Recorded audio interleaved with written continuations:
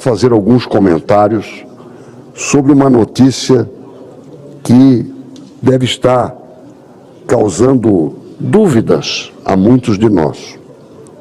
Me socorro aqui da matéria do Correio Brasiliense de hoje, que diz o seguinte: Polícia Federal aponta graves omissões do GSI na proteção do Planalto no dia 8 de janeiro do ano passado. E quero resumir aqui uma advertência, inclusive a quem preside este inquérito, que no caso é o ministro Alexandre Moraes. Ouso dizer aqui, não se deixe enganar.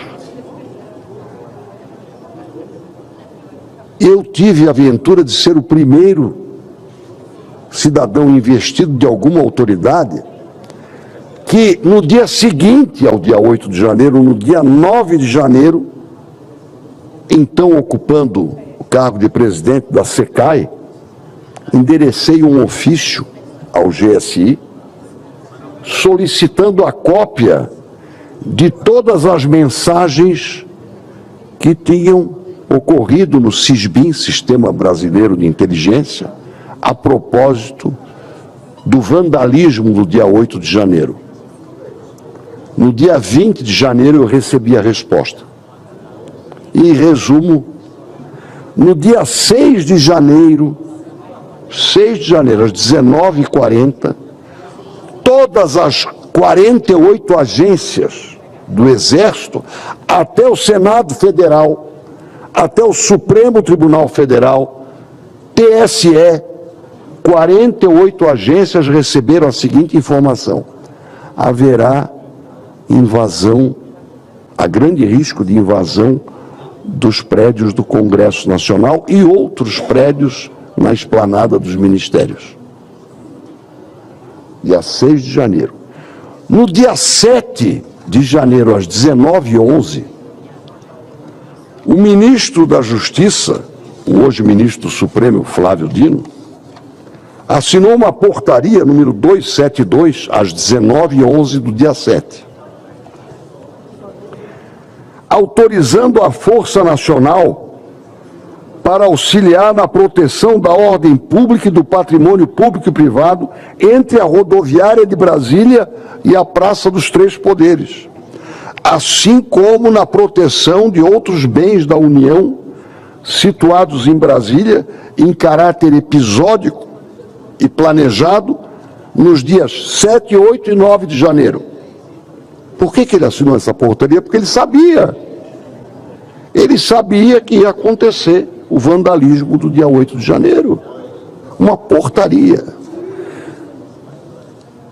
O mesmo Ministério da Justiça perdeu as imagens. Esta foi a resposta à CPMI. E os 300 homens da Força Nacional sumiram do pátio do Ministério da Justiça e não foram empregados para defender as instituições brasileiras. Então agora, quando se começa a debater a omissão que eu denunciei em janeiro do ano passado, eu quero alertar o ministro Alexandre Moraes que ele não seja enganado. E não permita que usem a sua caneta para acobertar a omissão gravosa, porque não é possível que isso seja apenas culposo, isso é doloso, porque sabendo que vai acontecer, não ter, e aí uso uma frase do próprio ministro Alexandre Moraes, não ter chamado 100 policiais do BOPE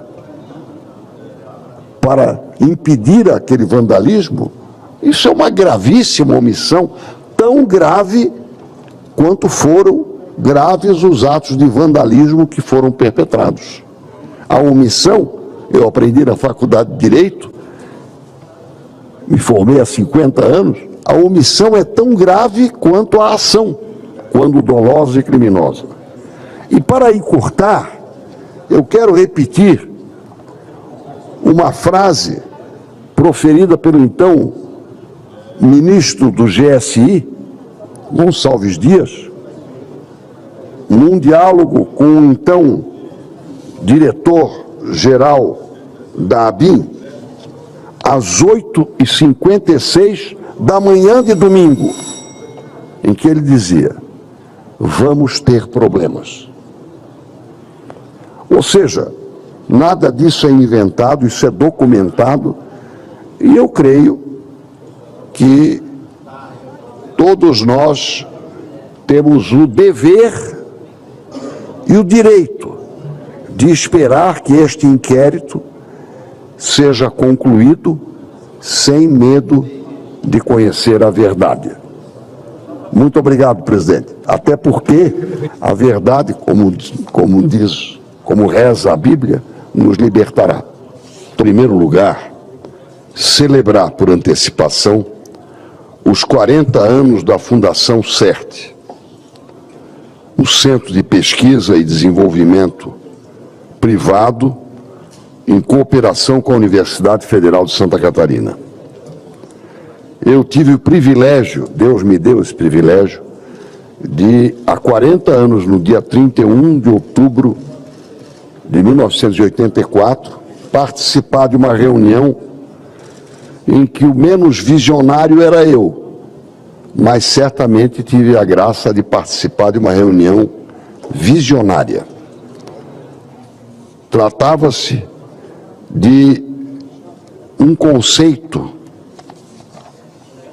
institucional pioneiro que estava em discussão, de cooperação público-privada, tendo como propósito, primeiro, apoiar empresas no desenvolvimento de novos produtos e processos, com o uso de tecnologias avançadas, em particular as de informática, tecnologia da informação e comunicação, missão esta hoje designada como sendo a estratégica palavra inovação. Eu gostaria, presidente, de solicitar à taquigrafia que reproduzisse no meu pronunciamento o inteiro teor que eu vou disponibilizar aos nossos serviços taquigráficos, para que fique presente essa trajetória, que amanhã completará 40 anos, também a participação da Fundação CERT em projetos de interesse nacional, como, por exemplo, o Programa de Qualidade e Produtividade, o Plano Nacional de Metrologia, Escola de Novos Empreendedores, Centro Tecnológico do Polo Industrial de Manaus, Laboratório Fábrica Labelectron, Cooperação Brasil-Alemanha para Cooperação e Inovação, Elementos de Terras Raras, Inovativa, Programa Centelha, Jornada Amazônica e tantos outros. Quero, resumindo o pronunciamento que eu peço que faça parte, no seu inteiro teor deste momento, quero dizer que a CERT, a Fundação CERT, hoje conjuga 10 centros de referência em tecnologia inovadora, 2 fora de Florianópolis, e não é apenas uma entidade de apoio ao setor empresarial, mas sim uma organização capaz de assumir desafios nacionais para implementar e conduzir projetos nacionais de desenvolvimento tecnológico e inovadores. Tive ainda a graça de, na virada do século, novamente como governador, e tendo como prefeita de Florianópolis, Ângela Min, dar a destinação mais nobre possível à área do que hoje é o Sapiens Park. E, para celebrar este momento, eu faço esse registro, homenageando a todos aqueles visionários na pessoa do professor Carlos Schneider, que ainda hoje é a alma da Fundação CERT de Santa Catarina.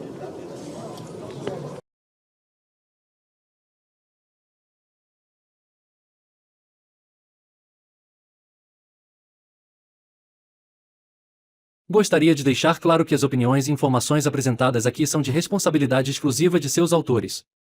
Como criador deste conteúdo, não me responsabilizo por consequências. Pesquise e busque orientação profissional antes de decisões significativas.